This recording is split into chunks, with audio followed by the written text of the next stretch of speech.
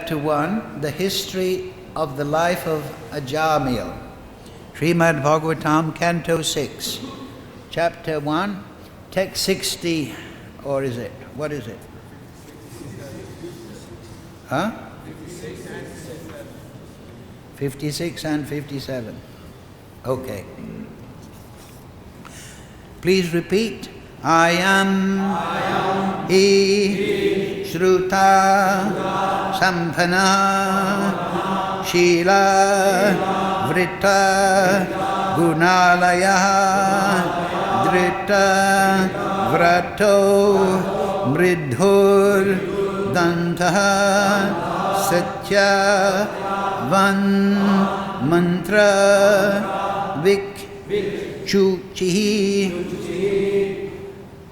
Guru Vagni Atititi Vridhanam Shushushur Anahankrita Sarvabhuta Surid Sadhur Mita Vag Anasuyaka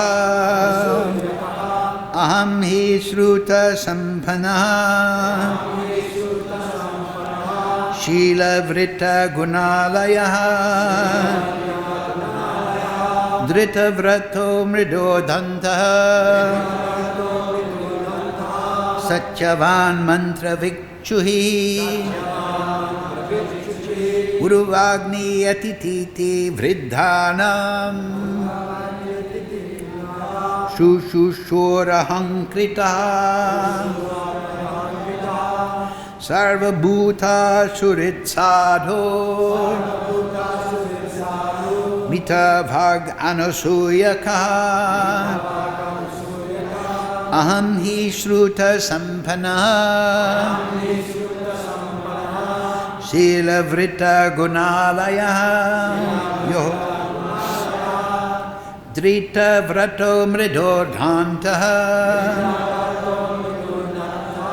Satyavan Mantra Vikchuhi Guru Vagni Atiti Vridhanam Shushushur Anahankrita Sarvabhuta Surit Sadhur Mita Vaganasuyaka.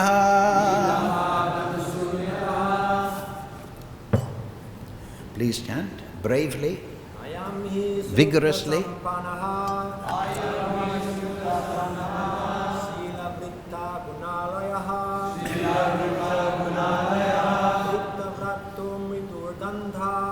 Nirvaktum midam datur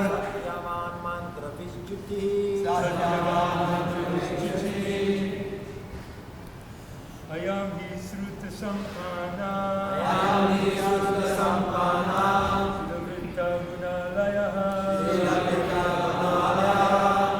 Vrato Vidur Danta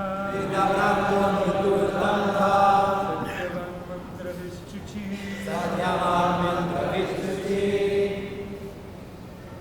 Matajis. One brave Mataji, liberated. Ayanam hi Shruta Sampana Sila Vrita Gunalaya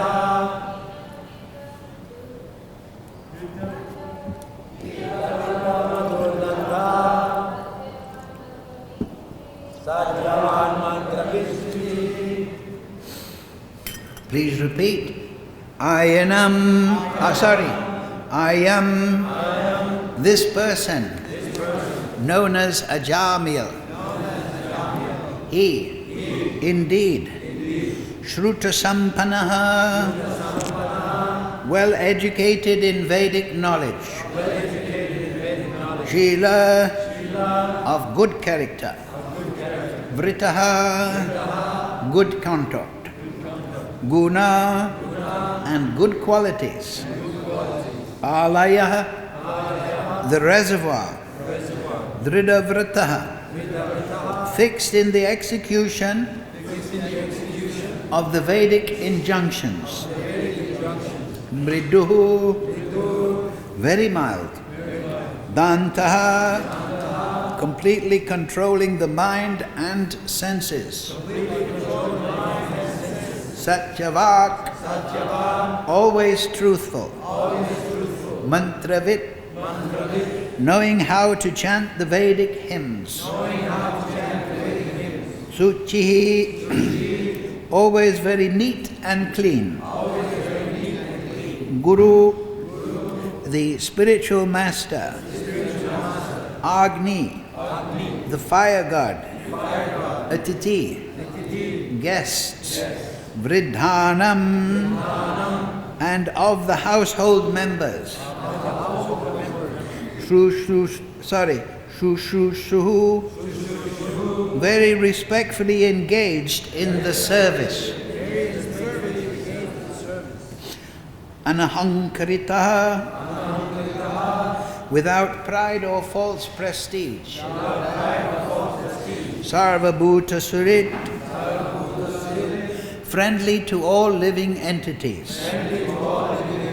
Sadhu, well behaved. No one could find any fault in his character. Mitavak, talking with great care. Not to speak nonsense. Anusuyakaha, not envious. Translation, Srila Prabhupada. In the beginning, this Brahmana, named Ajamil, studied all the Vedic literatures. He was a reservoir of good character, good conduct, and good qualities.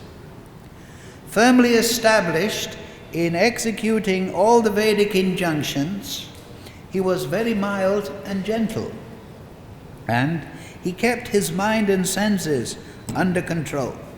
Furthermore, he was always truthful. He knew how to chant the Vedic mantras, and he was also very pure. Ajamil was very respectful to his spiritual master, the fire god, guests, and the elderly members of his household. Indeed, he was free from false prestige. He was upright, benevolent to all living entities, and well behaved. He would never speak nonsense or envy anyone. Please repeat. In the beginning, this Brahmana named Ajamil studied all the Vedic literatures. He was a reservoir of good character, good conduct, and good qualities. Firmly established in executing all the Vedic injunctions. He was very mild and gentle. And he kept his mind and senses under control. Furthermore, he was always truthful. He knew how to chant the Vedic mantras. And he was also very pure. Ajamil was very respectful to his spiritual master, the fire god, guests, and elderly members of his household. Indeed, he was free from false prestige.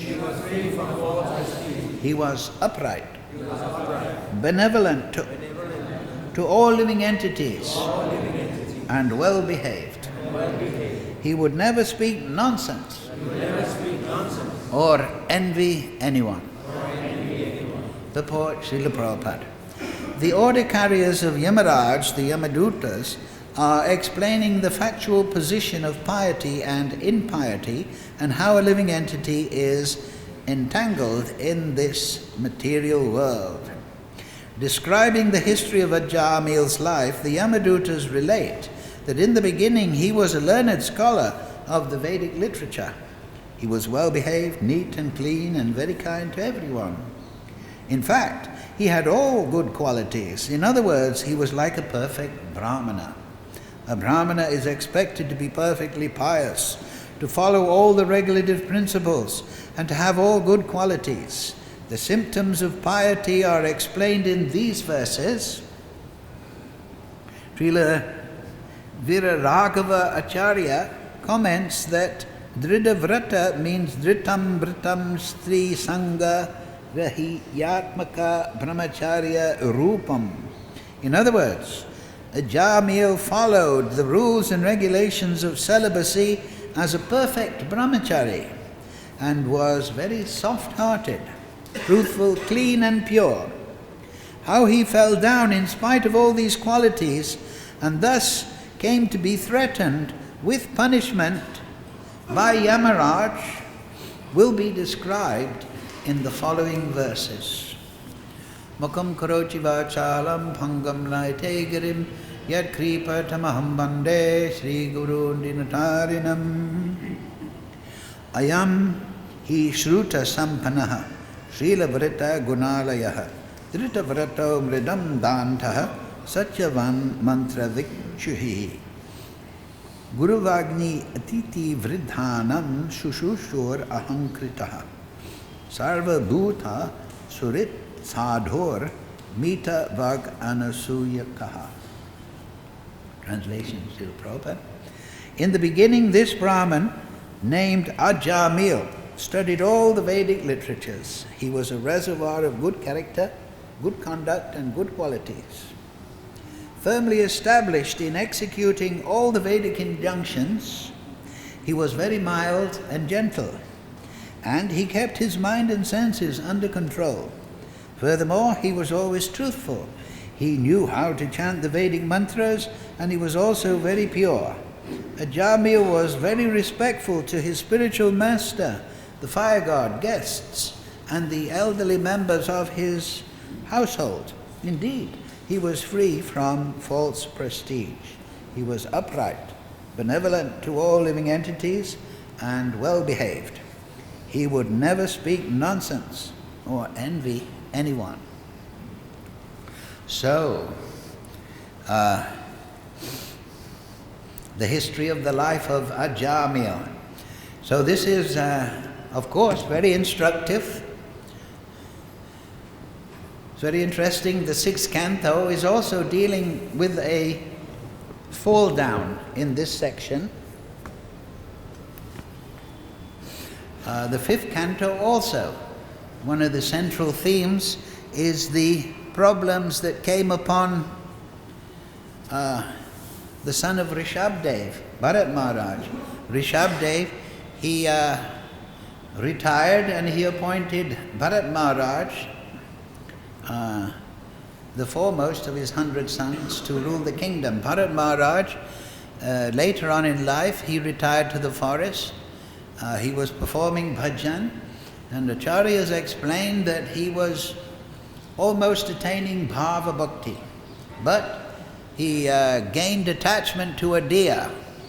The mother was killed, the deer was killed. He looked after the deer. He forgot his bhajan. He lost his status, and at the time of death he remembered the deer that was so dear to him. He became a deer. Then in the next life, realizing his mistake in the body of the deer, due to his advanced consciousness, developed consciousness through his sadhana, he could understand his mistake and remember his past lives. He used to associate with the sadhus in the forest. Even though in the body of a deer, he would go to the ashram of where the sadhus were and sit quietly, listening to their discourses. Satatam kirto yanto mam. The devotees, they always discuss Krishna, their realizations of Krishna and the Vedic conclusion. So, in his next life, when he cast off the deer body, it was no longer dear to him, he became Jadbharat. He was named Jadbharat. He was also in a Brahmin family. But this time, He thought through material affection for a deer, my heart was captured by a deer and I was distracted from Krishna. So therefore, I'll just act jarred, very dull, not react to people too much, so that I can keep Krishna within my heart and please him by my thought, words and deeds. That is the materialistic problem. We're keeping our own goals within our heart and bound by fruitive activity, conditioned by the modes of material nature. We think that this material energy is a wonderful arena for adjustment of suffering and attainment of sensual happiness, mental, physical, emotional. However, these emotions, they are contaminated by the modes of material nature. And they bind us to repeated birth and death. So Jad Bharat had already seen that problem, so he ignored the world. And within his heart, he performed the bhajan of Krishna. The materialistic person is conditioned what? To achieve his own enjoyment. So he wanders the world trying to accrue material facilities, material objects, material relationships. And he thinks this will be the source of happiness and protection from birth, death, old age, disease, adidevik, adibodhik, adiatmic misery. He thinks this will be the solution. But then death comes and Jai. Shri Sri Gaunitai, Shri Guru Parampara, Krishna Balaram, Radhasham Sundar, Lalit Vishaka, Shalagram Maharaj, Giri Govardhan, Gomata, Tulsi Maharani, Vrindavan Dham, Srimad Bhagavatam Ke, Sadhu Sangha Ke Jai. So we think that this material world, the prison house, Durga Dham, the place of Janma, Mrityu, Vyadi, unavoidable, birth, death, old age and disease, the place of illusion, the place of loss, the place of duality. We think that in this miserable body full of stool and urine and bones and blood and microbes and germs, that we will be happy. But we will only get repeated birth and death. We'll be jammed into a womb, a suffering condition, that when we eventually come to consciousness in the 6th, 7th month, we'll be passing out through the claustrophobia, through the biting of our siblings, the bugs. They will chew on our skin. They will enter into the crevices of our fetus body, and they will think that this is a wonderful thing to chew on, to get some happiness. And this is what we will achieve through performing all our material duties wonderfully. So Jad Bharat wasn't going to take that. But of course,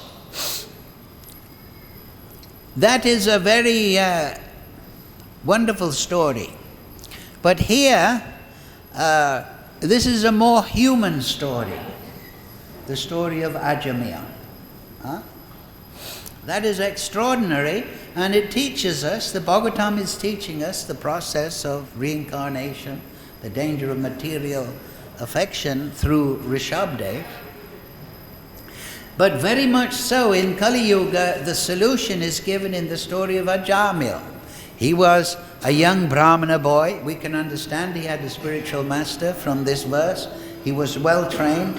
He knew all the Vedic conclusions. His character was good. What is a Brahmana?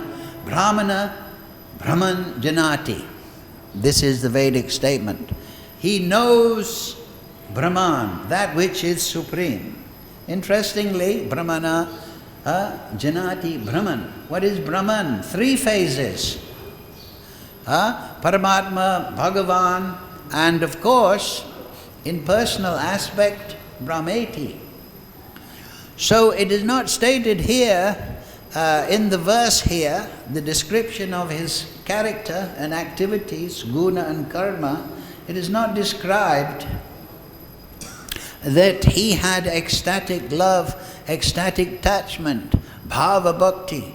It does not explain that he was raga, raga dvesha samuddhena. It doesn't explain, what is that verse? Vishya vinivartante nihirasya dehina raso bharjam risopyasya param drisva nivartite. It doesn't explain that he was overwhelmed in ecstatic love of God. It doesn't say that his heart, mind and senses were running after Krishna at every moment. It says he's a Brahmana. It says he had good qualities. He was performing nicely. But it doesn't explain that he had gone beyond Vaidhi Bhakti to ecstatic attachment. He wasn't an Uttamadikari. Rishabdev, it explained the acharyas through his bhajan, as we say, he was attaining the level of bhava bhakti, Uttamadikari. 4 stages of bhakti, 2 subdivided into 2. Vaidhi bhakti, rules and regulations, regulative principles, chanting, mantras, so on and so forth. And then within that format one should cultivate rag. That is Vaidhi bhakti. Rag means one should hear and chant the name, form, qualities and pastimes of the Supreme Lord, and in that way realize the quality of Krishna. Many people may believe in some higher force, some God, but they haven't realized that Krishna is the Supreme Lord. Ishvara Parama Krishna Satchidananda Vigraha. This is Lord Brahma. There are many people, they think there's some higher principle, some chemical formula that is Brahman. Atato Brahma Jignas. I will find out the grand unified field theory. I will write the chemical equation, physics equation that will explain the reality. Everybody believes that there is some source, some explanation.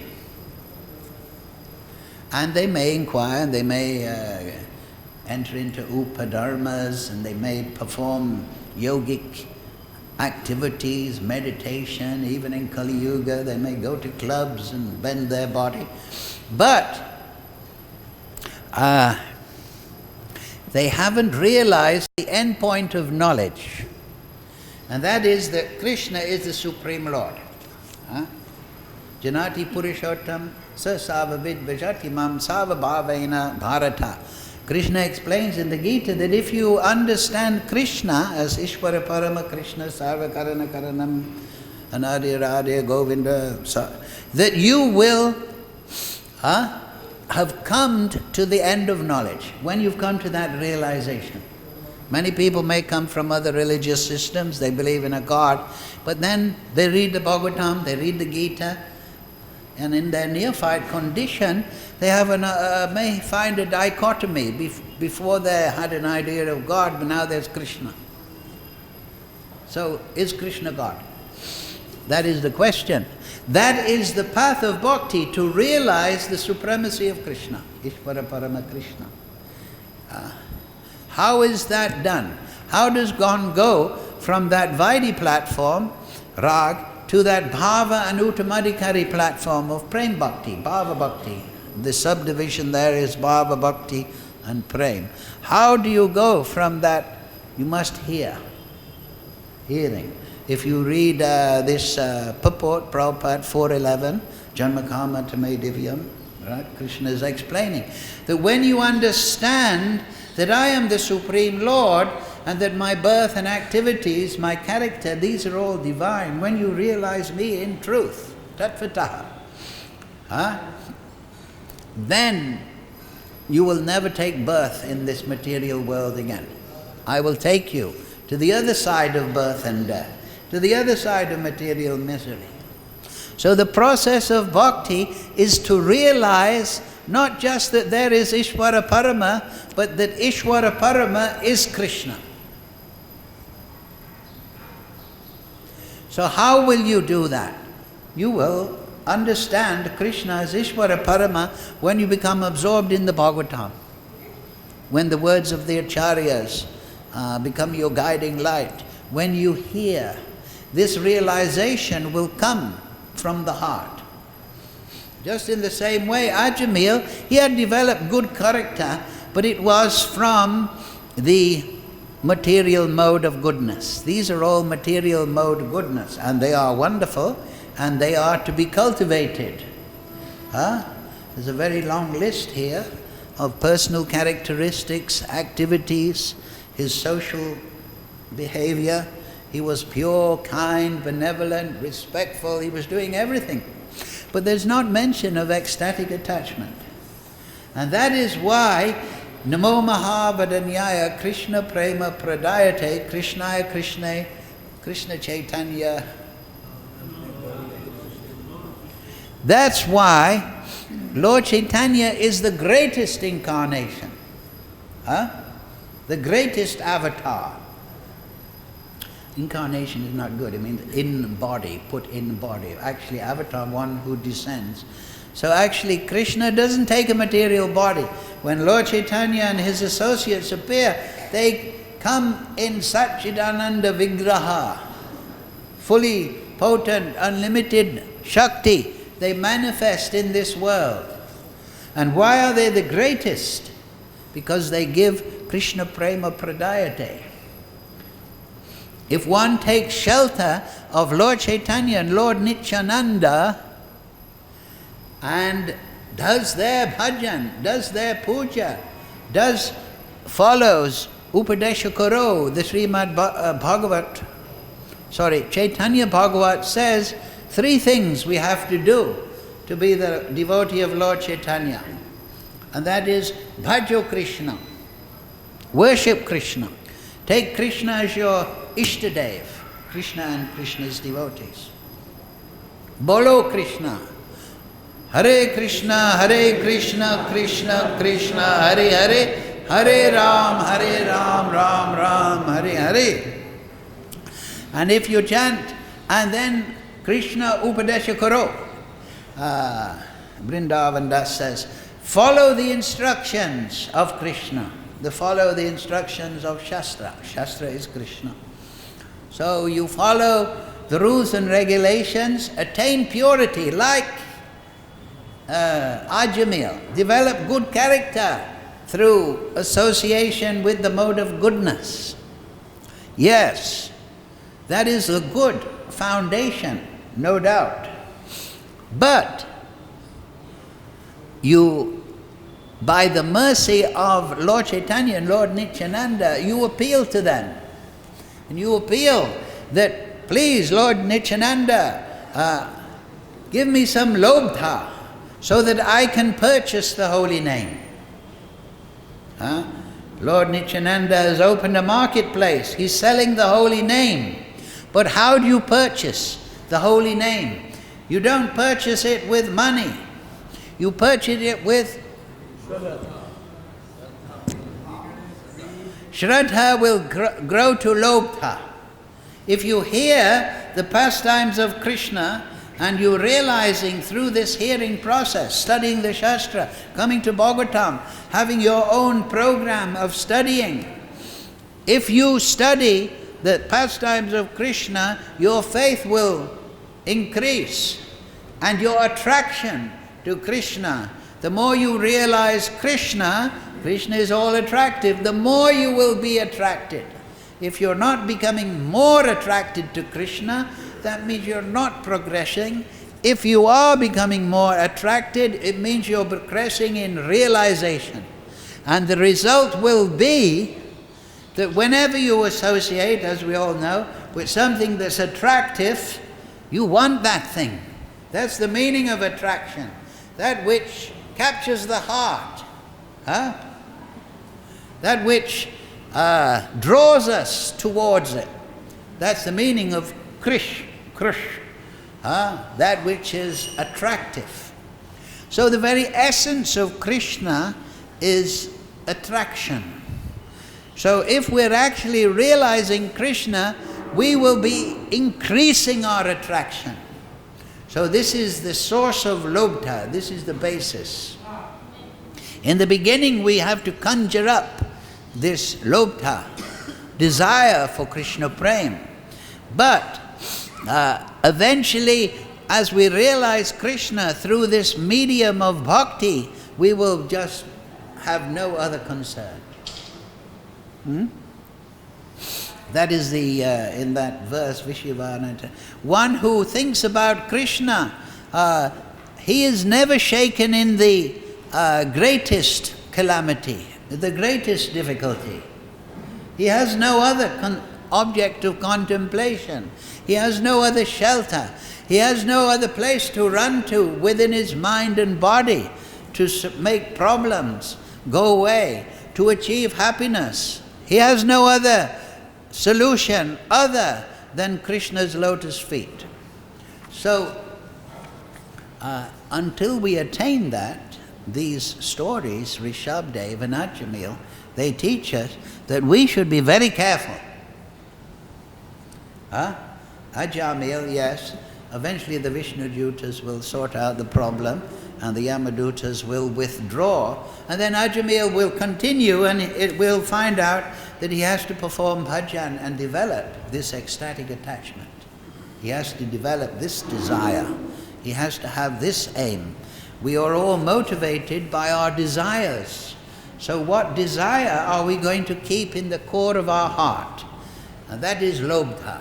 It is that desire to attain a condition whereby we can be pleasing to Sri Sri Radha Krishna, Gaur Nitai and all the devotees.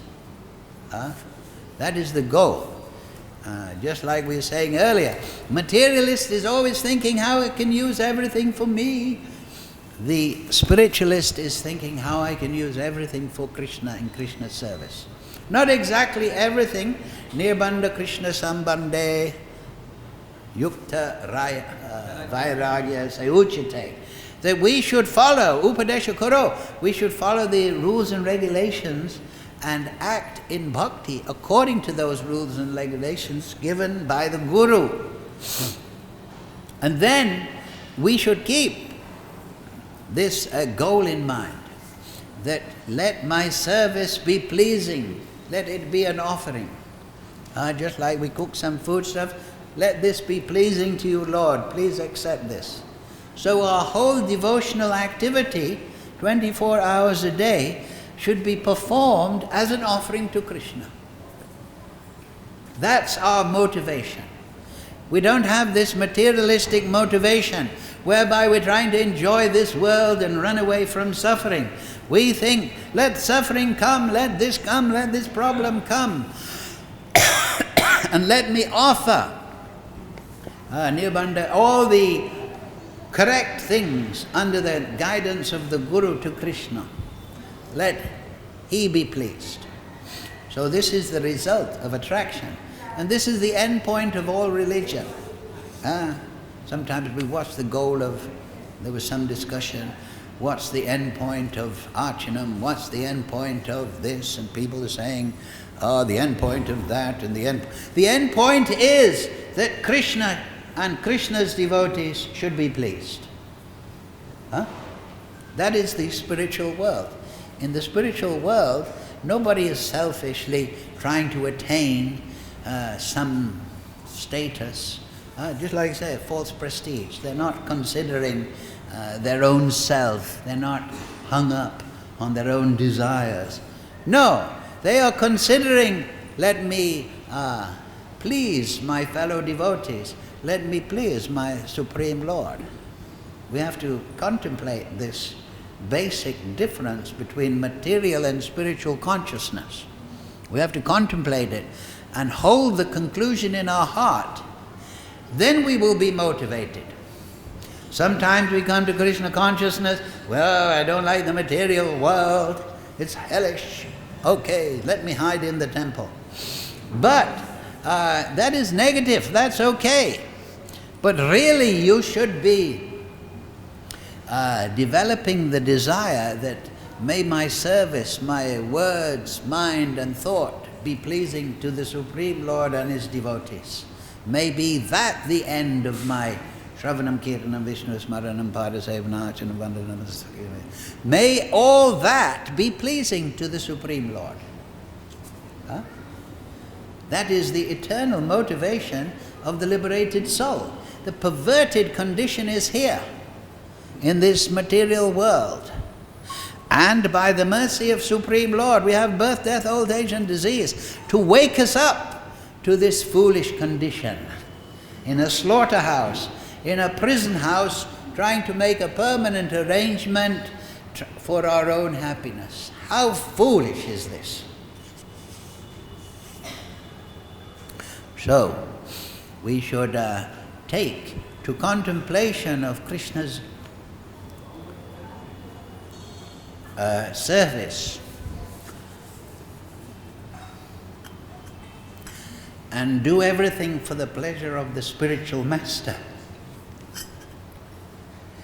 That is perfection. That is the goal of everything. So we'll finish at this point and ask for questions.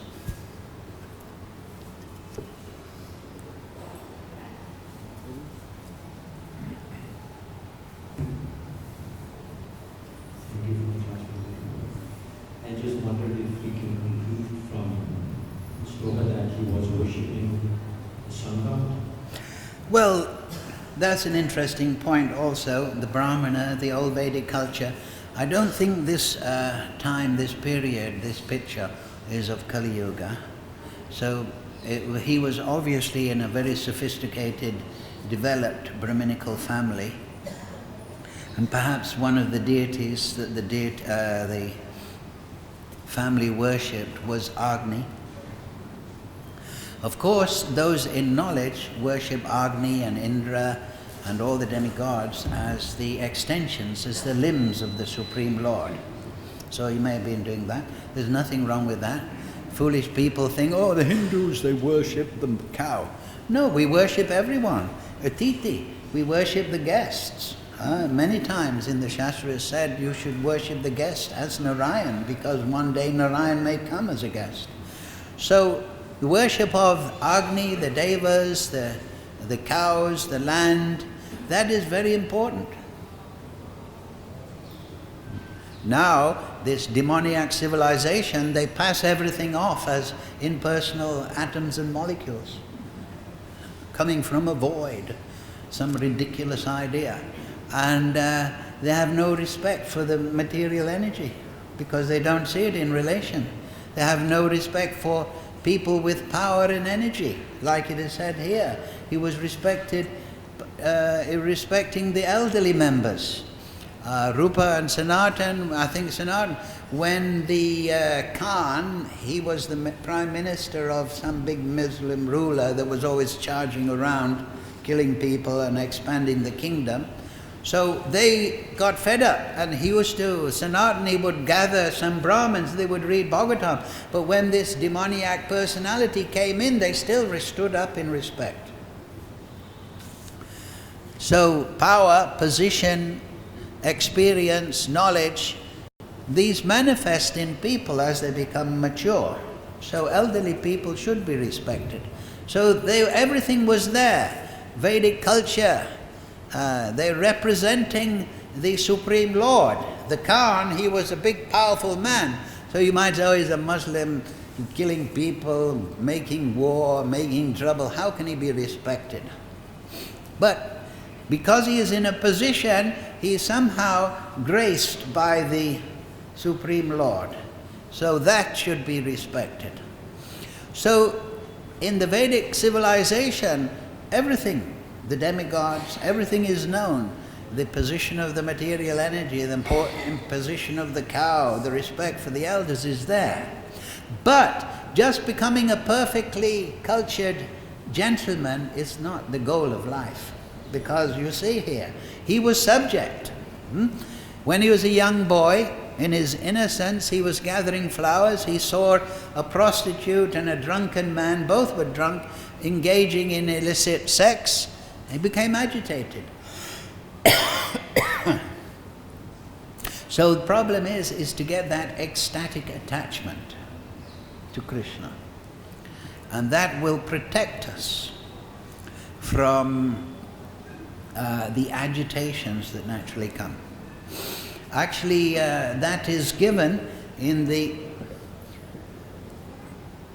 let's see, if we can get a Kindle to work. Actually, somebody should invent books and then we wouldn't need Kindles. I've got an idea, it's called a book. It's much more easy to reference.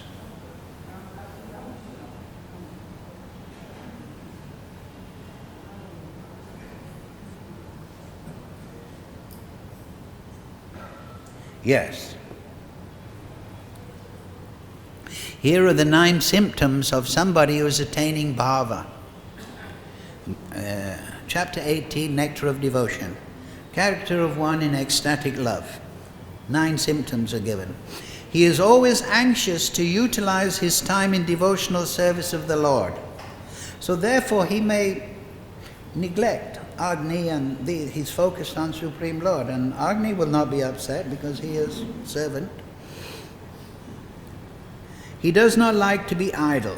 He wants service always, 24 hours a day without deviation. He is always reserved and perseverant. He is always detached from material attraction.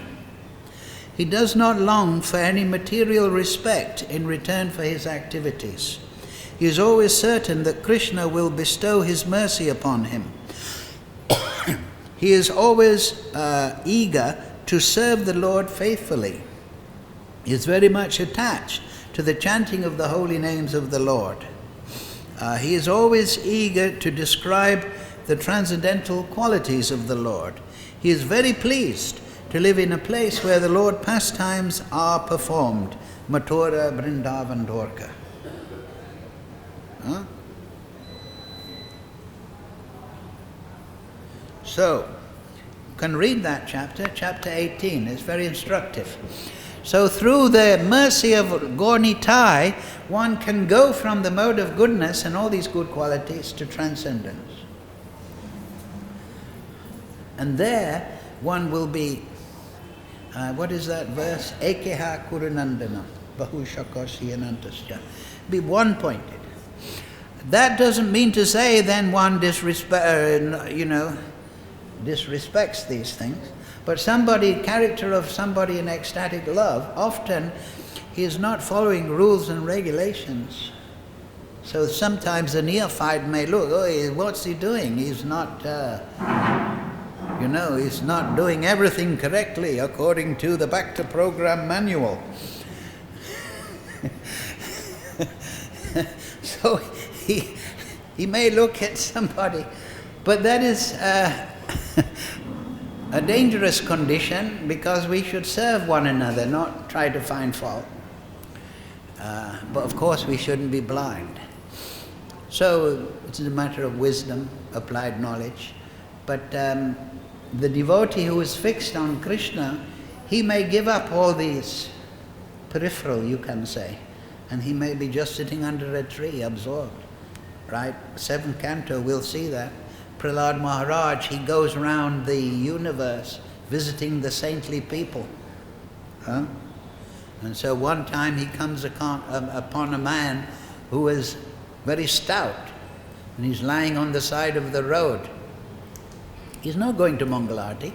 He's not got a Brahmin thread on. Huh? He's not having a bath 3 times a day. But Prahlad Maharaj is coming to see him. And he's asking him, what are you doing? Oh, well, I can't be bothered looking for food. If something comes in my mouth, that's okay. I'm just absorbed in thought of my beloved Lord. Huh? That in itself is pleasing to the Lord, of course. So, This is very instructive, you see. This Bhagavatam is bringing us now to ecstatic understanding. Is preparing us for the 10th canto. So the Brijbasis, they're not following rules and regulations, studying the Vedas 4 hours a day, studying Harinam, Vyakaranam, Harinam, Amrita. They're not studying all those things. But their heart is just running to the service of Krishna. But prior to that, we should be very careful to follow the rules of sadhana. And then even within the advanced stage, acharyas like Srila Prabhupada, Ramanuja, they maintain an external display of rules and regulations to guide the neophytes. But we should understand the more esoteric aspects of Krishna consciousness. But the Sahajiya wants to imitate those higher platforms without having gone through the Vaidhi platform. So we must understand the balance. Vaidhi is like a big protective cage within which we can cultivate pure devotion. So, any other question? Yes?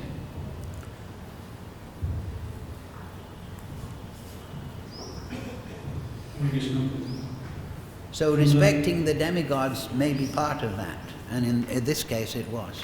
Yes, go ahead. From the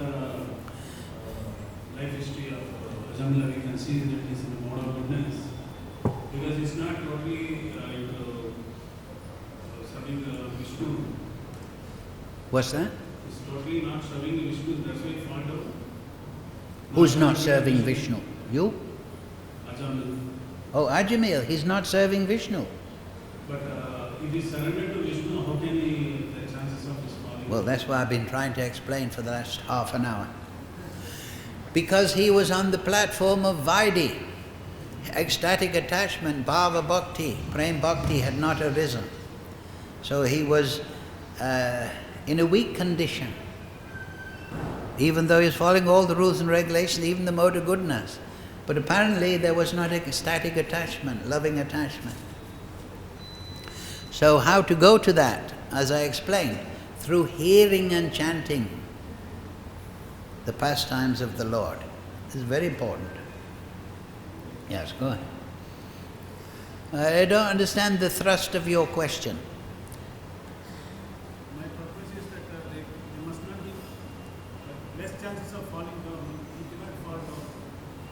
He did not fall down. He did not fall down. He must not fall down. He is serving Vishnu. Well, apparently you can. Considering our condition. Apparently you can fall down. We have Rishabdev, you can be serving Vishnu in the neophyte condition and very easily fall down.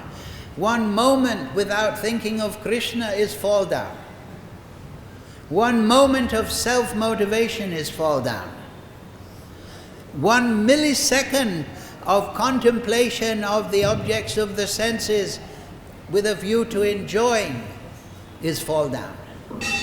1 moment of fruitive desire is fall down. We are fallen. We're trying to get out of the fallen condition. We should always consider that I am fallen. We shouldn't think, I'm fixed now in the service of Vishnu, I can't fall down. That is like being on a battlefield fighting the enemy and thinking, I've got a good gun, no problem. The problem is the other guy's got a bigger gun. So Maya can play a game with you in 1 instant. Every single neophyte here, if Maya wants, she knows exactly how to make you fall down. She knows exactly your conditioning. And if that's what you want, she'll supply all the facility. And you'll think you're doing it yourself. But, so we should always maintain this humility. We see the acharyas I don't even want to repeat what Krishna Das Kaviraj says at the beginning of the Chaitanya Charitamrita. Somebody takes my name, I am lower than, and if somebody takes my name, they lose all. But this is this is Mahabhagavat, Uttamarikari, this is Manjari. This is, and is maintaining humility. So never think I can't fall down. Prabhupada once said, of course we were all very fired up and ebullient, 20-year-old brahmacharis going mad in kirtan, but still Prabhupada said, my devotees, my disciples, they have one problem, they don't fear Maya. They think I can't fall down. Of course, when you take shelter of a great Mahabhagavat with sincerity, you will feel liberated, you will feel power. But you should remember that your power is very, very small. Therefore, you need to take shelter by chanting Hare Krishna, Krishna Krishna, Hare Hare, Hare Ram, Ram Ram, Hare Hare. And we shouldn't think, if I chant, I will not fall down. We should think, if I chant, I can stop being fallen. Any other question? Yes, Guru, I'm thinking here we are seeing Sutta Samana and Mantra Vid. Here in this sloka is this Sutta Samana and Mantra Vid. So that is the, say like the Vedic tradition, or it's not the Puranas, it's not the Bhakti tradition, it's older or it's prior to Mahaprabhu. So can we take this also as... Well educated in Vedic knowledge? Well, everything is there in the Vedas. It's just that Mahaprabhu, because he's Kali Yuga Dharma avatar, he's bringing forward the chanting of Hare Krishna. So everything is already in the Vedas, everything there, Shravana, Kirtana, Vishnu, Smaranam, Padasana, everything is described in the Vedas. So, but he was educated in that particular time. Of course, there's no information whether this was Kali Yuga or not, but there is a hint in the Rishabdev story, but from the conditions we can see that it was a very pure time. Brahmanas now don't go to the forest anymore. They, they try to show the pilgrims around the holy dam and extract some money. And then they watch television in the evening and chew pan. So he was a pure one. He was pure, following the traditions. And it doesn't say it was any particular aspect, it just says well educated in Vedic knowledge. So that means the whole thing. It's explained there. He knew the mantras, he knew how to chant, he knew everything. Lord Chaitanya is mentioned in the Vedas. He may have known about Lord Chaitanya. But the thing is, different avatars, they bring different practices forward for different yugas. So it's interesting, he was chanting the mantras. It doesn't mention about chanting directly the bhajan of Krishna. So, yes. Satisfied? Okay then. So we'll finish at this point. Oh, and another thing that will